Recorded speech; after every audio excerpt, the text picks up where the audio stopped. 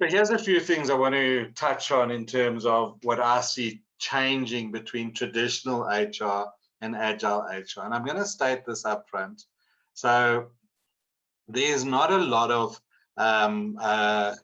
case studies of this. You've got certain companies like Sky Betting that have done this. I think BBC, etc. You know, there's a few organizations that have tried this, but they're struggling a little bit on it, and therefore it's an open area that we need to explore and we need to look at. The other thing that I want to say before I look at each of these areas is to say that the one-size-fits-all approach within an organization is also changing.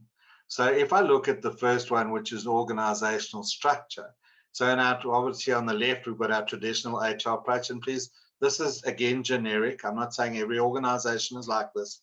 And the stuff on the right is my thinking. It's not necessarily, this is at, 100% the way to do things. It's just the way that I thought it needs to be. But let's have a look at it, and I'll talk about, the one size fits all as well when I look at the org structure. So in the traditional HR, we generally had either a functional hierarchy based on individual positions, lots of layers of management in between, and that structure was either divided by function or by geography or by product or even by project in certain organizations.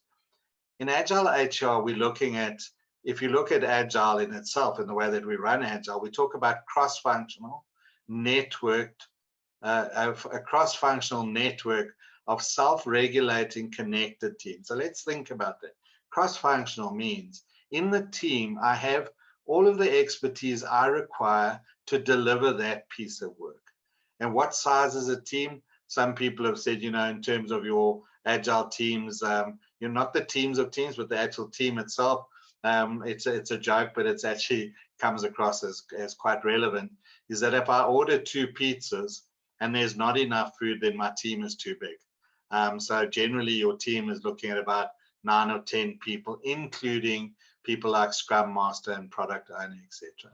So in that team, I need people from development, testing. If it's a financial product, I might need a financial analyst.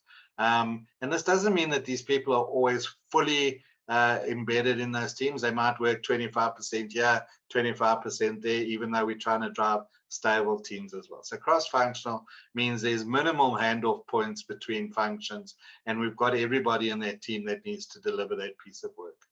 Self-regulating, Steve Jobs and Lee Iacocca both said, why do I hire the best people and then tell them what to do?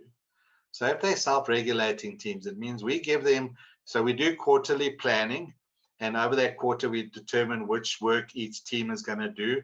They break that down, and this is, again, a traditional approach to it in terms of Agile, and then they break that down into 2-week sprints.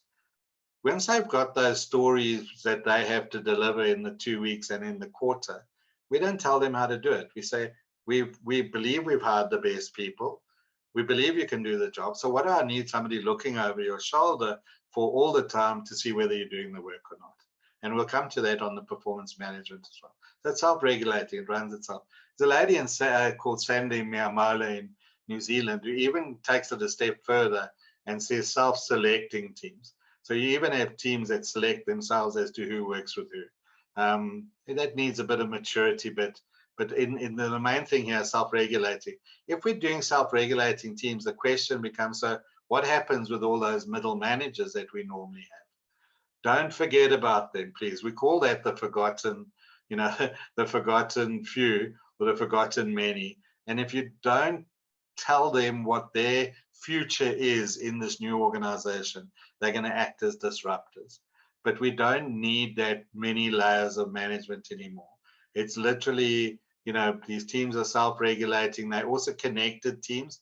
So that's where we have, if we're working on bigger amounts of work, we put teams of teams together.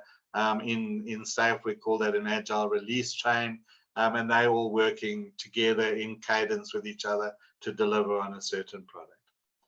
Now, when I was talking about there's no one size fits all, this particular org structure works very well for a part of the business that is running in sprints and quarterly planning. So your agile part of the business. It may not be the right structure. It more than likely isn't the right structure for your call center or your finance department. So you're going to find more than likely that you have to have more than one approach to organizational design within your business. And the most important part for this is, how are you best delivering value to your customers? That's the way you design your team. So if your call center, the best way to design that team is ABC, because that's the best way we can deliver value to our customers. That's the way you design it. There isn't a one size fits all for that. So that's on org structure. On performance management, traditionally we focused on individuals and outputs, whereas in Agile HR we start focusing on teams and outcomes. So in Agile, teams are the primary area that we focus on. They're made up of individuals, and we'll talk about that on the reward part as well. But we're much more interested in the performance of the teams than we are of the individuals, even though individuals make that up. I'll come